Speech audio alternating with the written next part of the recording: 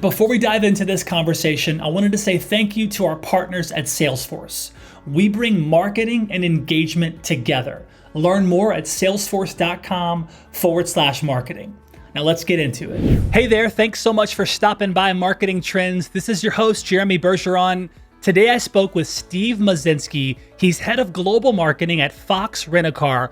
Really interesting guy and a really interesting brand. If you know about Fox Rent-A-Car, they've gone through lots of changes over the years, and the last couple years, there's been even more changes. They had an acquisition, they're going through some really interesting shifts internally, but more importantly, Steve brought to the table kind of how he values data, analytics, but also his own intuition and experience as a marketer. This guy spent time at Hertz, at Thrifty, so he knows the rental car space, and he's doing some interesting things around how to pick the right influencer and what's the best strategy for email and when do you send those emails. And so we talked all things marketing, all things team, and this guy's exceptional. I know you're gonna love this episode. Check it out.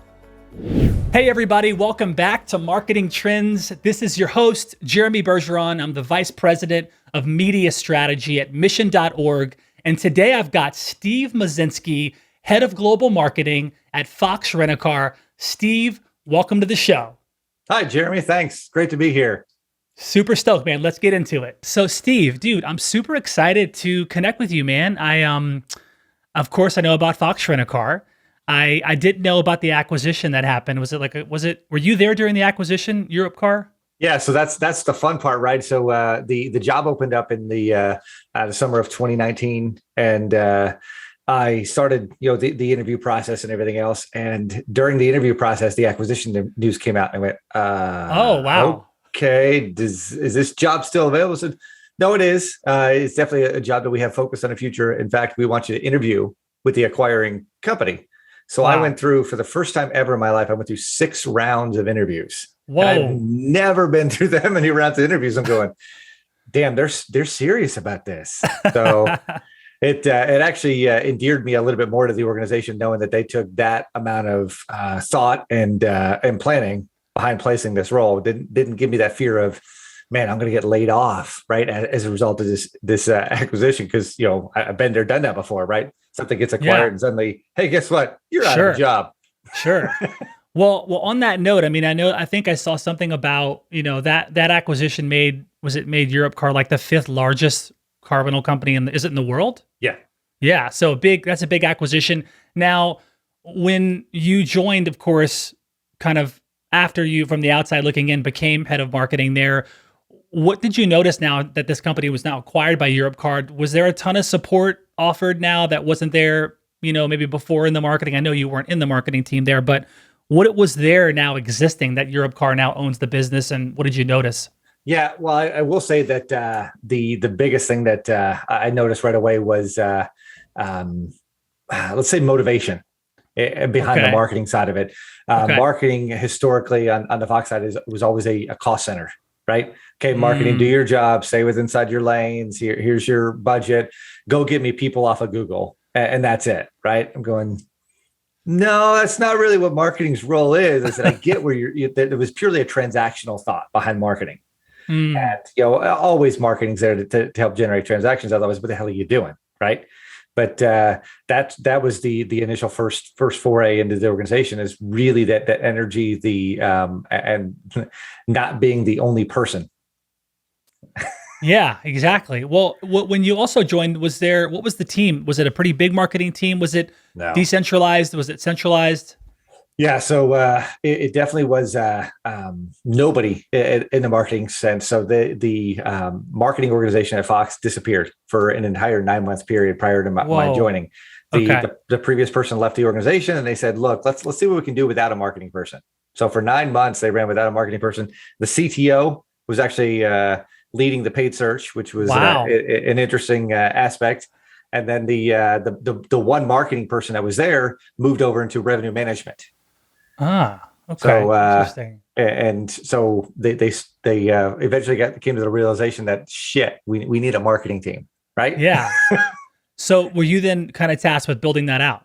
Yeah, okay. Absolutely, and really building a full strategy, because I inherited nothing from the previous leaders. other than the lone marketing employee that was in revenue management, bringing her back in underneath the marketing umbrella was really it. Okay, because I know looking back in the kind of in the past of your experience, it looks like you were at Dollar Thrifty Automotive Group. You were there for like 15 years. Yeah. Then you went over to Hertz. You were director of digital marketing there for just over a year. So you obviously kind of got into the rental car space. Was that also where you learned marketing? Where did kind of your marketing chops first start? Was it before that, or was kind of the Dollar Thrifty days where you first started kind of seeing marketing at scale and getting into it and learning? Yeah, so that's the oddity of my story. So you harken back way back to 1998 when I started back in late 90s, right? Yeah. So that's really the start of the .com boom, right? So all the reservations, everything else, were still being done over the phone through traditional travel agents, all that stuff. So yeah, so going way back to 1998, right? So I started. I applied for a position 6 months prior to actually graduating from college. My dad found a newspaper article that might be aligned with what my degree was in. He goes, "Hey, it might be time to apply for this." And I went, "Really? Like, I still got 6 more months." He goes, "No, it's better to apply early." So I replied back to a position in marketing, and I mailed in my resume. And wow, okay. Sat down with the director at the time, and he was in charge of really an interesting aspect of the marketing side, which is account management / inbound marketing. So he was responsible for marketing to Europeans. So my first foray was really in the international sector, and with big customers and clients like Virgin Holidays was one of our big customers. So as you can imagine, right, a company of that nature, I had no clue. Right, I'm 21 years old. From the middle of Oklahoma, I have no idea what the hell a Virgin Holidays even is. And in fact, I even laughed at the fact that there was Virgin in the brand name. Right, so so that was kind of my first foray into marketing, is really understanding that aspect of it and kind of growing within that sector of marketing from a B2B standpoint, and leveraging those relationships and understanding the communication abruptness that Americans have versus Europeans. I had no formalities, right? Coming out of college, I had a little bit of formalities, but not as much, and it was very traditional communication from that side of it. So that's how kind of I cut my teeth in the car rental world, and spent so many years through there because of the progression that I identified at Dollar Thrifty. And it was really a credit the learner environment where, as you started to grow and as you started to learn and as you started to kind of showcase your skills, they would move and adjust you throughout the organization. So I kind of branched off and did a few different things, whether it's in the franchise space, and eventually landed in the digital space several years later. And that's kind of where, I made a little bit more of a, not really made a name for myself, but found my calling in that side of it, and really focused on consumer mindset, what the triggers are, how the analytics actually come into play into driving strategy behind that, and really harnessing that aspect of it, which I've loved ever since. Now, what about this transition of kind of going from individual contributor marketer to leadership? Right, there's an interesting transition that happens for everyone that kind of goes from, hey, I'm part of this team, now I'm also still part of the team, but now leading team and leading marketing. What was that transition like for you, kind of graduating into being a leader now, not just individually contributing? Yeah. And I will say that I've always maintained my do it and continue to tackle the task myself versus delegating it. So that was the most difficult aspect for me, is allowing somebody else's input and effort to actually help execute on something that I have as far as a vision. So I've had to figure out how to articulate that in such a way that they can grasp it and still allow them the levity to put their own spin on it, but end up accomplishing the goal that we have in mind. So that was the hardest part, is stop being a doer as much as being a strategizer behind the doing. What did you notice kind of, shifting into this, trusting the team and trusting their expertise and you kind of letting go a little bit, stepping into leadership? But what are some of the things, maybe results, or maybe there's a story or something around you seeing, that happen? Yeah, I will say that I like the fact that whenever I was the doer, that my boss would provide me with the accolades and not necessarily take credit for the actual success, even though he was the one that kind of came up with the strategy behind it. He would say, no, it was really because of Steve doing this, this, and this. So I've borrowed a hell of a lot of that throughout the years and saying, look, it's not my department, it's our department. So I'm going to make sure that, that's echoed throughout the organization, because when you kind of share in that, people realize that marketing isn't just Steve, right? And I don't want that to continue to be, because otherwise, if you're trying to grow a team and start saying how you need the team to actually continue to deliver on it, you're never going to get that team if they view it, well, Steve is just going to get that done, because Steve's always gotten it done, because that's how Steve represents himself, right? So it's really the goal is to always pay it back to the people that actually help build behind it, and give credit where credit is absolutely warranted, and trumpet their successes and never really trumpet your own. Because the way I view that is I've always been rewarded by other people recognizing what I've done, and that's what I want to do. And then eventually, your own rewards will kind of come as a result of that. Because again, if the team's equipped to do that, they're going to provide that continuing challenge statements. Hey, we did this in the past. What if we do that? Right. And I don't want anybody on my team to ever think that they can't say, well, what if we do this? Right. I want to hear that. What was the experience like of kind of building a team there at Fox Rent-A-Car? I mean, how do you know that you're hiring the right people? What's the mix of like people and then the tools and the tech that you want? Here you are, you jumped into this opportunity. Now you got to build out the team. You've just been acquired by Europcar. What kind of goes into your head in thinking about who's going to join the team? What technology am I going to use? Do you look at it kind of like, here's the funnel. I need someone on demand gen. I need someone middle into funnel. How do you go about kind of building that high performance team? Yeah. So it all goes back to ROI, right? So that the return on investment. So where's the area that's going to offer the quickest? I look at for the quickest bang for the buck, right? Because in the end, car rental is about butts and seats, right? I need to get people to rent my cars, to take them on the road, return them, so I can repeat that process.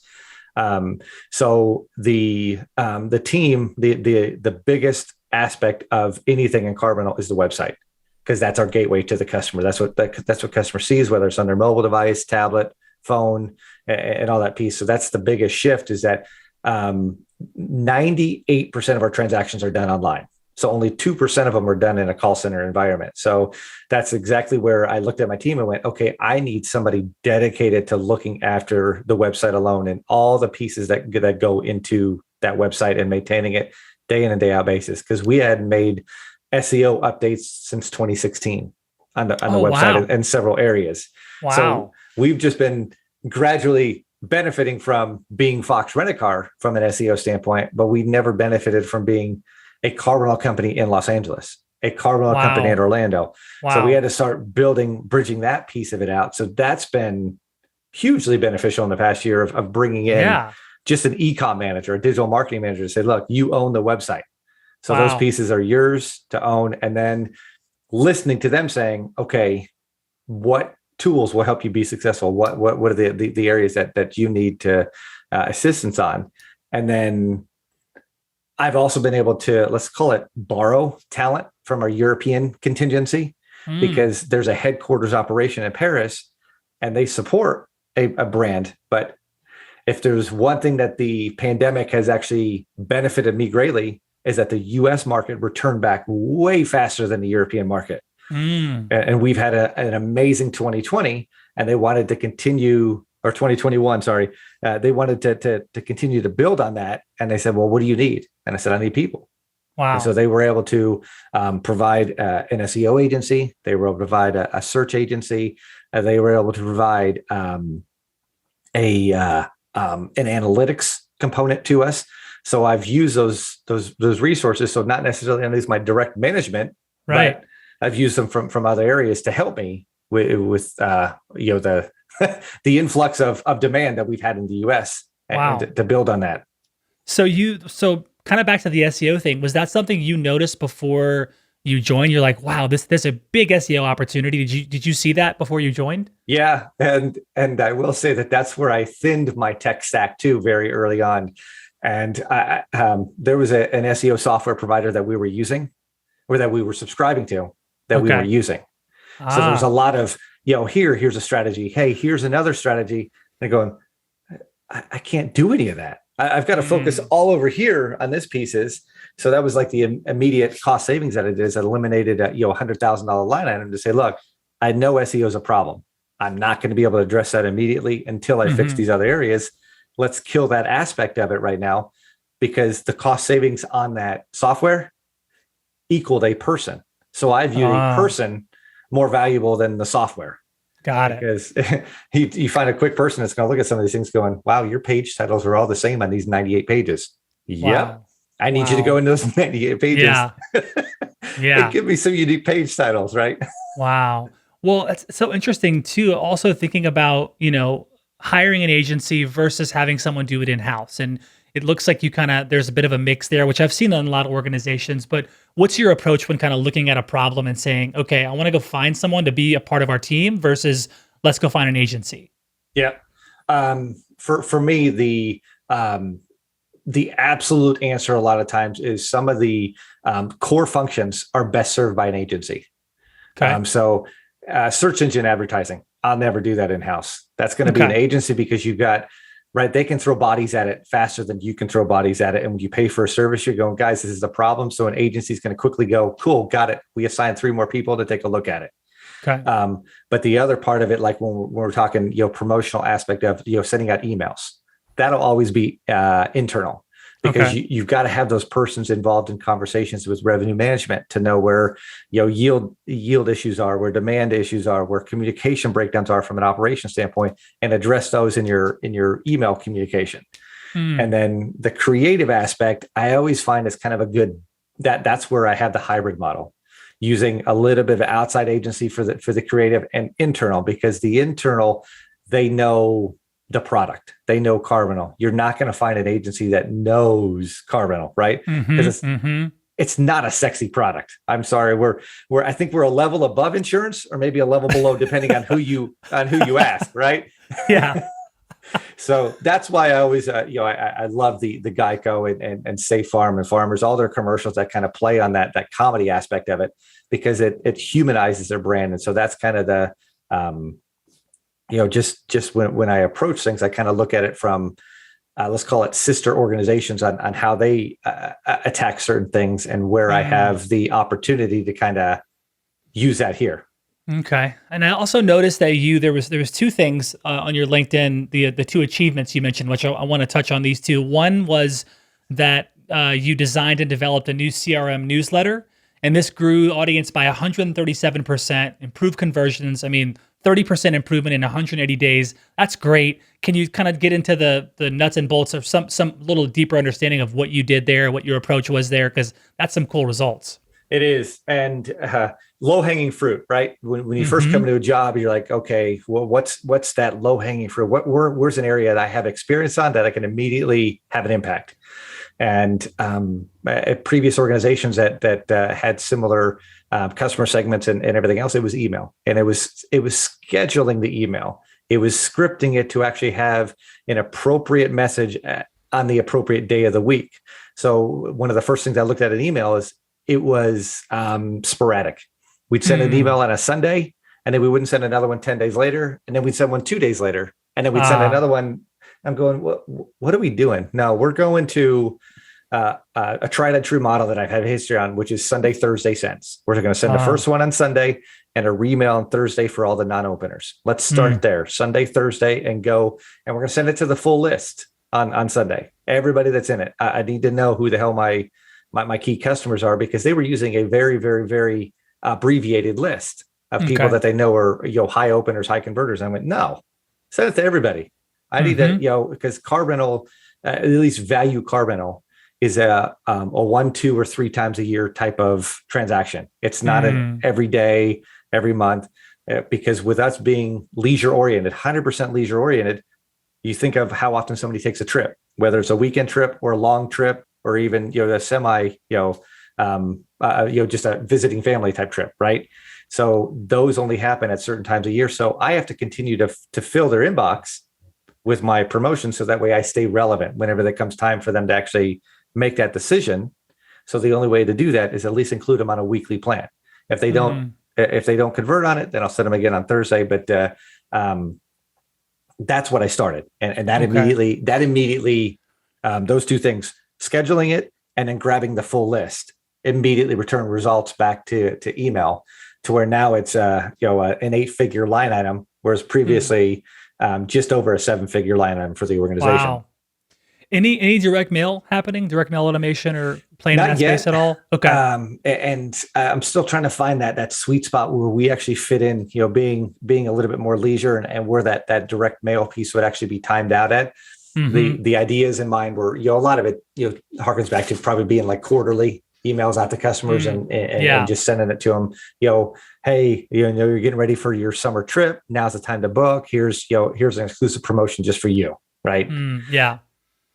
Yeah, we had the CEO of Posty on the show a couple months back. This guy, Dave Fink, really nice guy, and they serve a lot of the Fortune 500 and beyond, and very interesting technology. And it kind of got our wheels turning a bit too internally about how brands are using it, how we might use it, and it's something that kind of keeps coming up. And I'm always curious to see how brands are testing it or thinking about it. In the vein of, I guess probably the key thing there, and that was be unique. How can you be unique with that direct mail piece and not be another one that just gets filed right in the trash can? Right, for sure. Yeah, it's got to be. What would you share with other marketing leaders about kind of how they can really start on this journey of creating a more seamless, just better end-to-end customer experience? The biggest thing for me historically has always been blending the online and offline. So making sure that you always stay connected with that piece, because I don't own being in the marketing department doesn't own the end transaction. Our corporate operations team owns that interaction with the customer. And largely the history has been the marketing leader does not get involved in any of those conversations, just kind of stay in your lane type of thing. And I've never been the one to be like that. So I have regular calls with the operations group going, okay, how can I help you? Right. What's something that I'm not doing on the front side that's causing you a headache on the back side? Is it, my email offer that I'm telling them, includes X, Y, and Z? Is it I'm not fully disclosing certain terms on the outset and you're having to explain to the customer, no, it doesn't work that way. You have to do this whenever you rent a car. Here's some of our, license requirements. They were wrong telling you on the front side. And then, support materials. So making sure our, in location, TV screens represent exactly what they're trying to do for an operation where they had the most success. One of the immediate answers people always say is, Cardinal's got it wrong. Airline got it right a few years ago with the kiosks. Well, unfortunately, you'll never get that way on the Cardinal side. And you know why? 35% of our revenue comes from whenever that customer talks to an actual rental sales agent. So a car rental company is not going to eliminate 35% of the revenue line because people are frustrated having to talk to a person. But what you can do is find those moments to optimize that transaction to where the length of time that they spend with that agent is focused on exactly what the agent's there to do, sell. So where are those marketing touch points that I can insert myself to pull that away from the agent's headaches? Can I validate their driver's license? Can I get their credit card beforehand? Can I get them looking and reviewing the fleet and the policies before they actually show up at the location?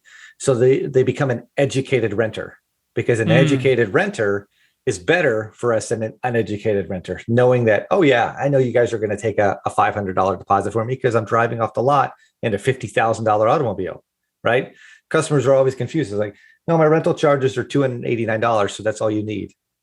Dude, you're leaving. You're taking a big piece of machinery from us.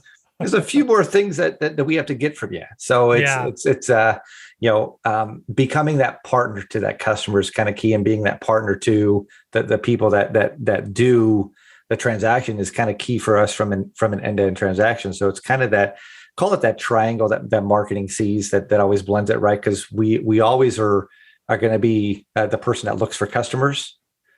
but we need to remember our internal customer as well as our external customer whenever we do our marketing. Yeah, because you're talking about kind of this frictionless experience, or as frictionless as possible, right? And especially in the world that we're living in now. Why are these frictionless experiences so important for consumers today? I personally, from my standpoint, I don't know if it's as much as frictionless, but it's probably more economical for me for these customers, right? So what they want is we know for a fact customers want to be recognized, right? That they want to be known that thanks, John Smith, for coming in today. We're glad that you're here. We see that you reserved a compact car with us, right? That's kind of that.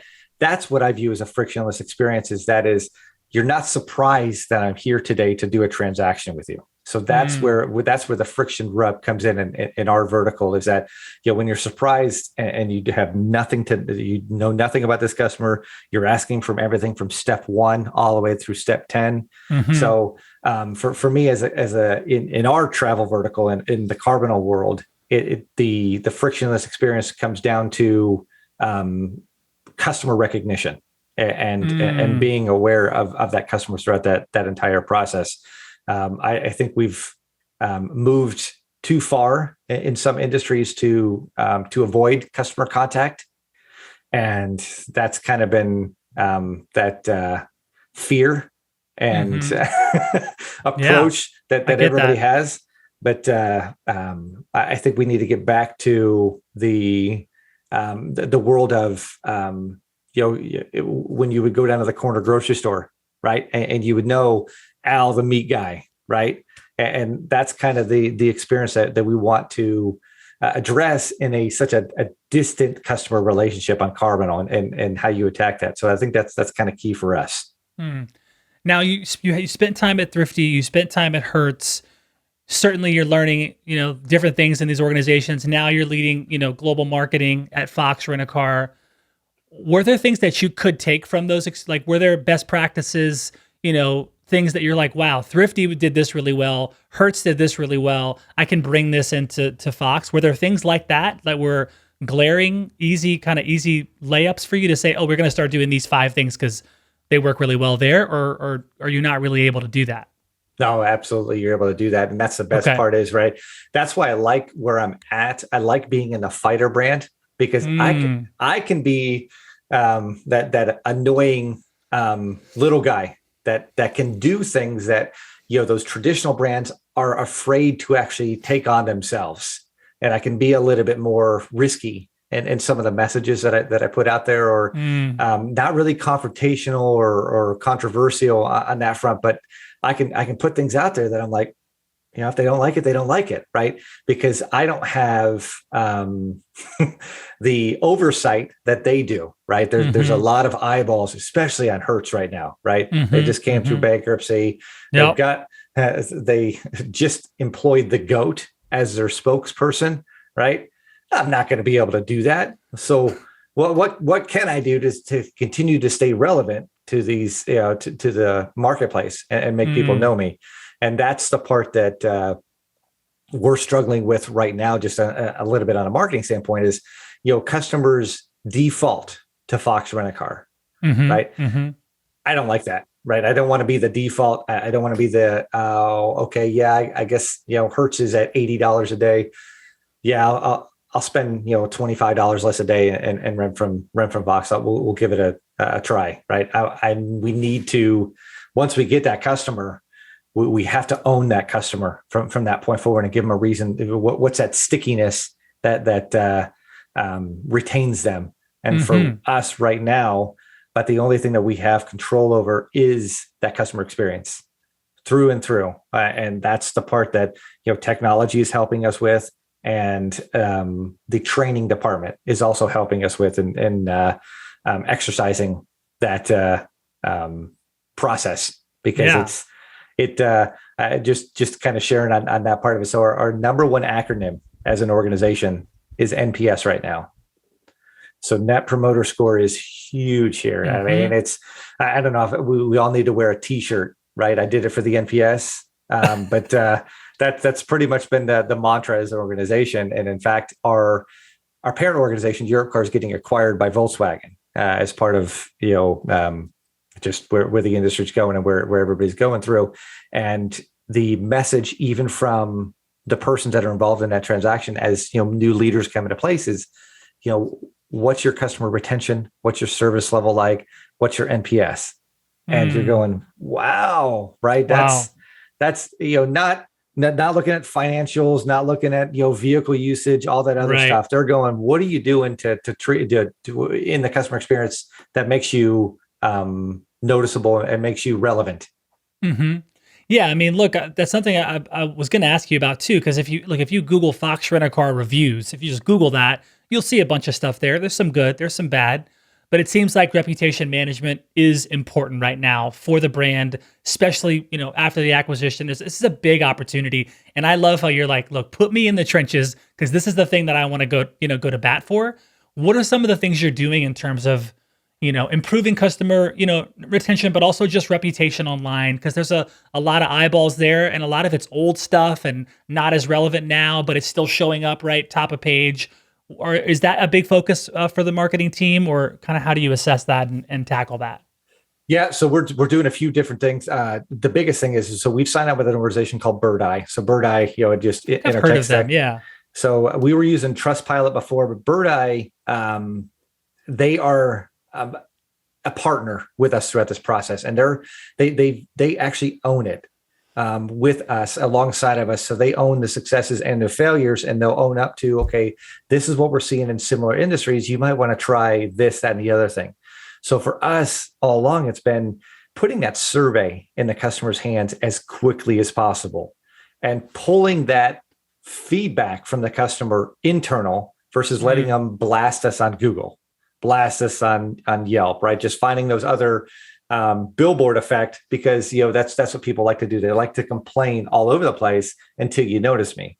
Well, what we're trying to do is insert ourselves going, hey, we think you had a good transaction. Tell us you had a good transaction, and pull that feedback immediately, call it offline, right? And have them internalize that communication, as opposed to going out to Facebook and saying, "Oh, this is sure, they screw you over, right? And this is terrible," and all that type of stuff. So that's the part that we're doing a better job of, and getting it. We're looking at testing out. Let's put it this way: testing out where that survey should be done, when it should be done, how it should be done, whether it's through a text message push, whether it's right there at the location as soon as they return the car and they're taking the shuttle back to the airport. Is it that quick, right? What is that timing to get those, get the feedback, and also get those promoters to say, hey, it was a good experience, right? I showed up, the agent was nice, I returned the car, the shuttle was waiting for me. Please leave us a positive review. Tell us that you actually genuinely will be back. And that was the part that was missing until we leveraged a Bird Eye and worked out the timing of those questions. And the quantity of those questions, I went through and I rewrote the entire NPS survey, and I said, you guys are doing this way wrong. They kept asking the whys. And I went, that's not an NPS. An NPS is one question, right? How likely is it that you're going to recommend this brand to a friend? Yep. That's the only question I give a shit about. Can we at least ask that question and then say, can I ask you more later? Right. Give me my 10 and say, how likely are you? So that's where marketing got involved. And I rewrote it and told them, look, eliminate all this other stuff. One of the questions actually had 12 different reasons for their answer on one of the questions. And I went, wow, how the hell do you wait 12 minutes? I don't even know what the waiting mechanism is behind it. And I even asked them, where are the stats on this? There are none. Right. So what are you doing with the answers? Nothing. We just like to see what the customer complaints are. So that's been the biggest shift overall is marketing kind of going, look, I need those promoters, and I need to know who the hell those people are. I need to keep those people coming back, and I need them to be my ally behind this. So that way I can drive future marketing strategies so I can get more lookalikes. Because when I know who the hell those people are, right? I know that guy in Austin, the Jerry Jones in Dallas, Texas is not my ideal customer, right? It's some guy that's up in the middle of Kansas, right? That might be looking to save money because he's got all these other expenses at home. How do you combine intuition and analytics kind of in your decision-making process? Because I see like you kind of strike me as a guy that has like a gut kind of intuitive sense about marketing and about behavior. Of course comes your experience and just kind of who you are. And then of course data and analytics are really important. How are you kind of dancing with those things? I have a standing weekly meeting with our revenue management department that there's a director of analytics.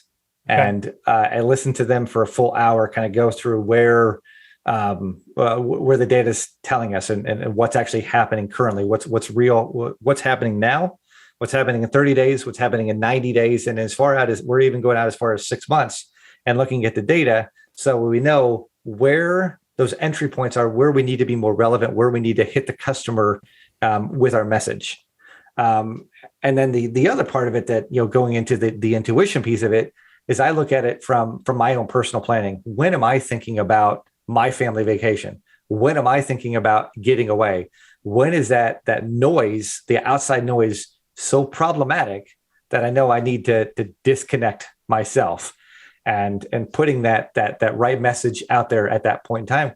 And it's worked on some of this stuff, knowing that, you're hitting October and you didn't get a chance to take a summer break and you're going, you probably need to get away before you head out to Thanksgiving. So, kind of hitting those little weekend promotions out there. Smart, right then and there. Smart. Yeah, I like that. Can you talk a little bit about the B2B side of the business? Like what is the unique messaging and the needs that the corporate customer has, maybe that's unique from the average traveler? Yeah. So what we found is that at Fox, we suck at B2B. We're not the B2B answer for any consumer. We are, if I was to borrow a hotel example, we are the Hampton of the car rental space. We are that we call it the be leisure type solution, right? So you might be traveling for a quick trip down to Austin to meet with a client, but you're going to long stay through the weekend because Austin this time of year is really great. Right. So you're willing to kind of go, well, look, I'm not going to keep that Hertz car at $85 a day over the weekend. I'm going to go ahead and book Fox and carry it through the weekend because it has the same exact type of car that anybody else in the car rental industry has. And it's a hell of a lot cheaper and they're in terminal and on airport. So that's where kind of our sweet spot is said, look, when you're talking your own money, how would you rather spend it? Right. We're not going to steal a customer away from Hertz, National, Avis. It's just not logical for us to think that way. What we are going to take is that customer that possibly would have gone on a budget car rental because they're shared with Avis and go, no, I'm willing to kind of go one step lower and being relevant in that space. But the key aspect, like I said all along, is we got to hit on that service aspect. We can't show that there's a difference on that piece of it. Did you want to do a rebrand of Fox? Or was that part of when you first started? Like, it seems like from me outside looking in, there's an opportunity for a rebrand.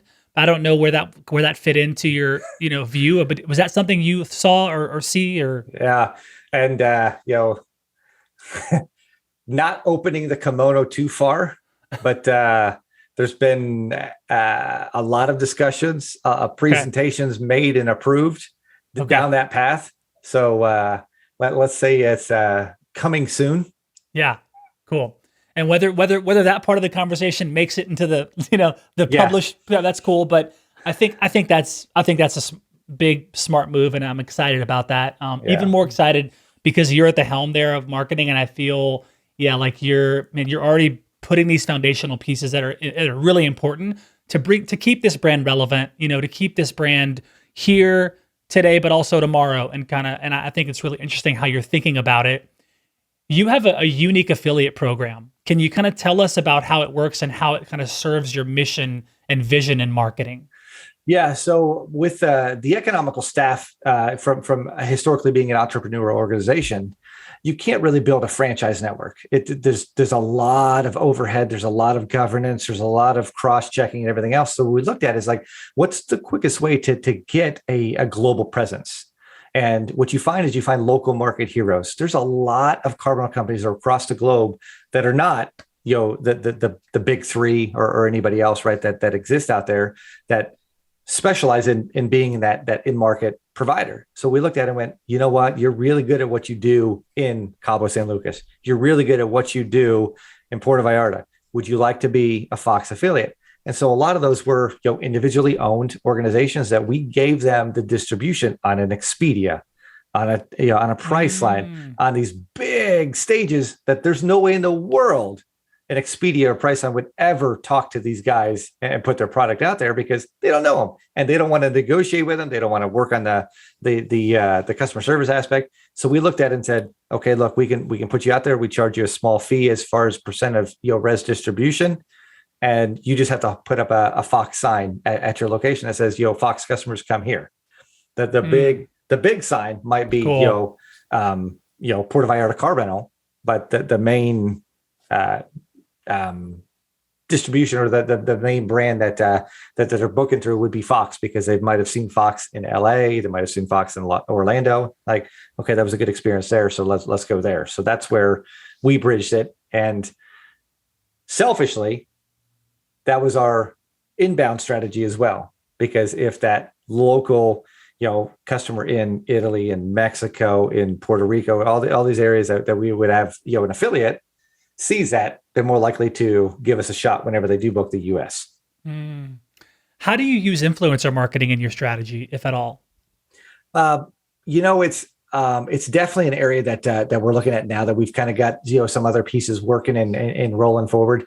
And one of I think the sweet spots is areas where we can actually be unique and exclusive, that the other car rental brands wouldn't necessarily take a chance in those spaces. I left the car rental industry, back in 2014, and I went into high-end marine electronics.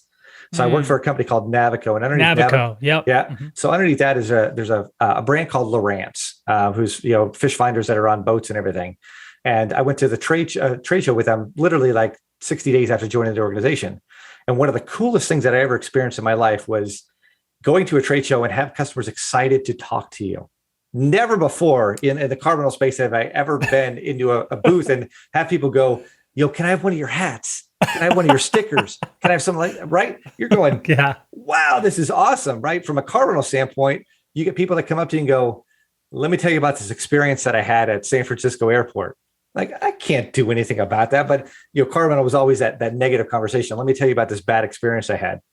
So being on that high-end marine electronics side and giving people a hat and having them tell you a story about how great it was that they caught like this big fish, or how awesome it was to avoid certain obstacles or to find their certain waypoints that they were looking for. One of the cool things was how much other people that talk about your product meant to another customer actually buying your product and finding those persons. And there was a gentleman that I tapped into, is a guy by the name of Noah Pescatelli, and he does a little video podcast, vlog that is called Kicking Their Bass TV. And he's an 18-year-old, back then he was an 18-year-old, that mommy and daddy bought him a boat and a truck. And he went out there and just started fishing. He got pretty damn good at it.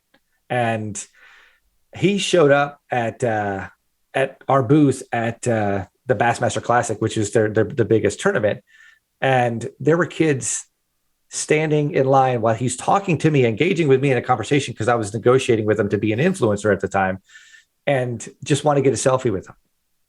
Just wanted to get a selfie with this guy that they've watched on YouTube, and he had millions and millions of followers out there. And I went, wow, because this guy is who he is, and that personality that he has in the online space on YouTube and everywhere else. It's crazy to see that impact of that brand reputation. So that's where I'm at now, is I'm kind of going, okay, where is that person? Who is that person that is that, enigmatic type of personality that I can use, that they do stupid stuff with, when they go travel, right? But they're doing it in a Fox rent-a-car. So they kind of give me that plug, and it shows them walking up to it. But it's kind of that thing that, okay, I'm going to take my rental car, and because I have unlimited miles, I'm going to go all the way up to here, and I'm going to do this stupid thing. Right. And I can leverage that content. So that's the piece that I'm looking for, is that oddity, that I'm not the primary message. I'm just I'm a vehicle. Pun intended. Yeah. But so that's the path that we're going down. That's exactly where we're looking at 22 to kind of grab that, because again, it's a low cost adventure too. It's crazy, right? Because right, hashtag sponsored, right? That's what people are looking to do, and they don't care if you give them $2,000, right? It's kind of do it, right? That's right. And from my standpoint, I give you the car, right? Go out and do your little adventure. Here's the car. You just got to mention me. Yep. No, I think that'll be a good play, and thinking strategically about who they are is going to be cool. So I'm excited about this brand. Speaking of Salesforce, Marketing Trends is brought to you by Salesforce. Salesforce brings marketing and engagement together. Learn more at salesforce.com/marketing. Steve Mosinksy, head of global marketing at Fox Rent-A-Car. Lightning round. First question: texting or talking? Texting. What do you love and appreciate about yourself? That I can find humor in any conversation. That's important. Favorite day of the week? Sunday. I was going to guess maybe Sunday or Thursday was my guess. Okay. Favorite city in the U.S. besides the one you live in? Well, I'm just going to go with my hometown, Cleveland, because I'm a big Cleveland Browns fan. Okay, go Cleveland. What was the last film you saw in a theater? Wow. The one I remember the most is because I fell asleep. Okay, but it's not the last movie. But we saw Alvin and the Chipmunks, the Christmas one. I fell asleep during the movie. Okay, that's hilarious. Would you rather be able to speak every language in the world or be able to talk to animals? Every language in the world. Just going back to my international roots for sure. Okay, I like it. What's your favorite holiday? Thanksgiving. Okay. And what was your favorite live concert? Garth Brooks. That's a good one. I saw him at Driller Stadium in Tulsa. So it was an outdoor concert that he did over 5 days. Wow. And I got to shake his hand at the end when he came by the audience. So that was kind of that whole nice. And the thunder rolls. I love it. Okay. Scale of 1 to 10. How good of a driver are you, Steve? Are you asking my wife? Or This is you. I would give myself an 8. Okay, strong 8. Fill in the blank. Something wise my elders taught me was? Be polite. Okay. Invisibility or super strength? Man, I think invisibility could get yourself into some trouble, so I'm going to go invisibility. Okay. Is it wrong for a vegetarian to eat animal crackers? Absolutely. Stay true to who you are. That's right. I love it. If you weren't in marketing, what would you be doing? Wow. I would like to say that I would probably own some type of retail store. Really? And interact with customers, because I that's the greatest thing that I like, is I like interacting with people. Perfect. Okay. Last question. Last 2 questions. Least favorite marketing buzzword? Marketing buzzword, or just buzzword in general, is on the same page. On the same page. Okay. Oh man. Okay. Last question. What would you go back and tell your younger self about being a marketing leader? Be patient. Things will happen. You just have to, wait for them to happen, and don't rush. Because because of my early age, because early on I did, and it was really just it wasn't highly focused on the let's call it your not really 5-10 year plan, but just I'm a very fast person, as you can tell. I talk really fast, and I tend to. You like to go. Go. I get it. Cool. Okay. Awesome. Steve, this has been an exceptional conversation, man. I'm super excited for what you're doing at Fox Rent-A-Car. Your background's awesome, man. You're the right guy there for that role, and I'm excited to see what happens in the next 12 months. Congratulations again. Thank you so much for being on the show. Thank you very much. Thanks again to Salesforce for making this show possible. To learn more, head over to salesforce.com/marketing.